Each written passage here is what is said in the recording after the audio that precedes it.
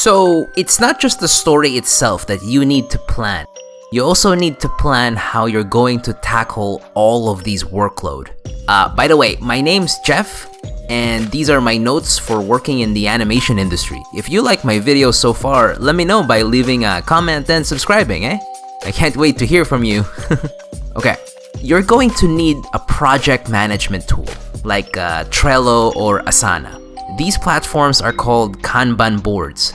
They organize your tasks in an easy way to visualize everything without missing steps and getting confused. Of course, you can always use a good old-fashioned way of putting sticky notes on the wall. But Trello and Asana works online, and it also helps to see it updated when you're collaborating with other artists. Try them out. I personally prefer Asana. I like how easy and intricate I can customize them. This is totally not a sponsored video or anything. Man, I wish. I just really like this platform. Try and organize your workload and see which ones are to do, in progress, and completed. Yeah, hope this helps.